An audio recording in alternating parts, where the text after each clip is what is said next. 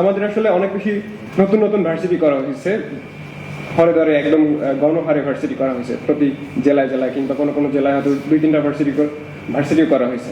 এই ভার্সিটিগুলোর যে ফলাফল যেটা, সেটা যদি আমরা দেখি যে আমাদের আসলে বিভিন্ন সূচকে আমাদের অবস্থানটা আসলে কোথায়, যে বৈশ্বিক জ্ঞান সূচক বা নলেজ ইন্ডেক্স যেটা আছে, সেটাতে আমাদের অবস্থান হচ্ছে 112তম 154টা দেশের মধ্যে।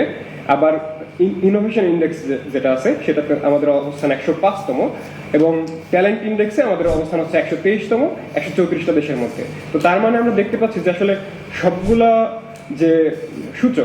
সূচকে আসলে আমাদের অবস্থান অনেক নিচের দিকে। তো এখন এই নিচের দিকে যে আমাদের অবস্থান, এটার আসলে কারণটা কি? কারণটা হচ্ছে আমরা অনেকেই ছোটবেলায় আসলে পরীক্ষার খাতায় লিখে এসেছি যে আমরা আসলে বড় হয়ে ডাক্তার, ইঞ্জিনিয়ার হব।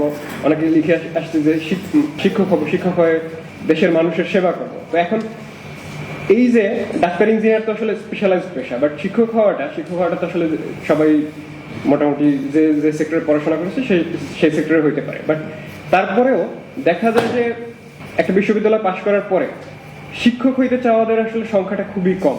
কেন কম? কারণ আমরা আসলে ইনসেন্টিভাইজ করতে পারতেছি না শিক্ষকদের, মানে যারা আসলে যেই বিশ্ববিদ্যালয়ে পাশ করা যে শিক্ষার্থীটা, তাকে আমরা প্রপার ইনসেন্টিভটা দিতে পারতেছি না।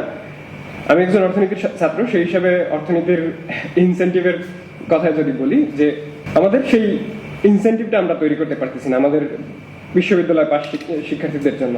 ইনসেন্টিভের কথা আরেকটু বলি, যে শিক্ষা ব্যাপারটা কিন্তু আসলে রাজনীতির সাথে জড়িত। মানে একটা কারিকুলাম কেমন হবে, এই জিনিসটা আসলে রাজনীতি ডিফাইন করে দেয়।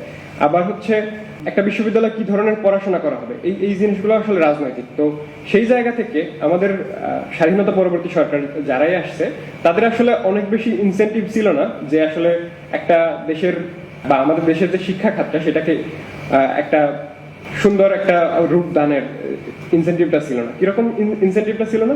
যেমন যদি বলি, স্বাধীনতা পরবর্তী সরকার যারাই আসছে, অধিকাংশেরই আসলে একটা টেন্ডেন্সি এরকম ছিল যে তারা আসলে ক্ষমতাটাকে আঁকড়ে ধরবে। তো সেই ক্ষমতাটাকে আঁকড়ে ধরার জন্য তাদের একটা লাঠিয়াল বাহিনী দরকার। সেই লাঠিয়াল বাহিনী তৈরির একটা ব্রিডিং গ্রাউন্ড ছিল আমাদের শিক্ষা প্রতিষ্ঠানগুলো।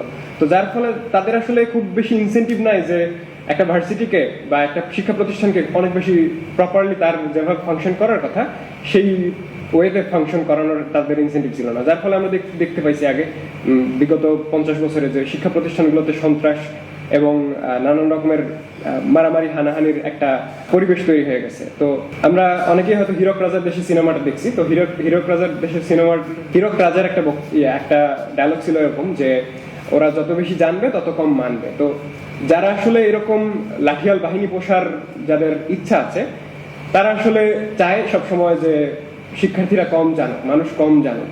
তো সেই ইনসেন্টিভটা থেকে তারা হচ্ছে শিক্ষাখাত সংস্কারের অনেক বা শিক্ষা খাতটাকে নিয়ে যে কাজ করবে, সেই কাজ করার তাদের ইনসেন্টিভ ছিল না প্রপার। তো যার ফলে আসলে আমাদের শিক্ষা খাত এই স্বাধীনতা পরবর্তী 50-55 বছর পার হয়ে গেল, খুব বেশি দূর আগাইতে পারে না। আমাদের ইন্ডেক্সগুলোর কথা শুরুতেই যেটা বললাম, যে সেই ইন্ডেক্সগুলো দেখলেই আমরা বুঝতে পারি। তো এরপরে শিক্ষা খাত আমাদের যেটা কি, সেটাকে বানানো হয়েছে একটা গিনিপিগের মতো, যে সেই জায়গা থেকে বিভিন্ন জায়গায় বিভিন্ন ভার্সিটি করা হয়েছে। যদি একটা উদাহরণ যদি দেই, চাঁদপুর বিজ্ঞান ও প্রযুক্তি বিশ্ববিদ্যালয়, এটা হচ্ছে বর্তমানে আবাসিক একটা ভবন ভাড়া নিয়ে 3টা ডিপার্টমেন্ট নিয়ে চালানো হয়। 2টা ফ্যাকাল্টির ডিন, একজন যেটা ভিসি নিজেই, এবং 12 জন ফ্যাকাল্টি মেম্বার নিয়ে চলতেছে একটা ভার্সিটি। তো সবাই লেকচারার, একজন বা 2জন অ্যাসিস্ট্যান্ট প্রফেসর। তো এইরকম আসলে আমাদের শিক্ষা খাতটাকে গিনিপিগ বানায় ফেলা হয়েছে। তো আমাদের যেই রাজনৈতিক, যেই অর্থনৈতিক যে অবস্থান আমাদের, সেই অবস্থানে আমাদের আসলে কারিগরি শিক্ষাকে যে গুরুত্ব দেওয়া দরকার ছিল, সেটা না করে বিভিন্ন ডিপার্টমেন্ট বানানো হয়েছে। যে ডিপার্টমেন্টগুলো আসলে হয়তো অনেক স্টুডেন্ট ভর্তি নেওয়া হয়েছে, যেটা আসলে যে স্টুডেন্টদের প্র্যাকটিক্যাল কোনো কাজ নাই, দেশের ইকোনমিতে তারা খুব বেশি অ্যাড করতে পারতেছে না। তো এরপরে ফলে প্রতি বছর লাখ লাখ গ্রাজুয়েট বের হইতেছে। আমাদের বেকারদের সংখ্যা নিয়ে বলা হয়েছে 27 লাখ।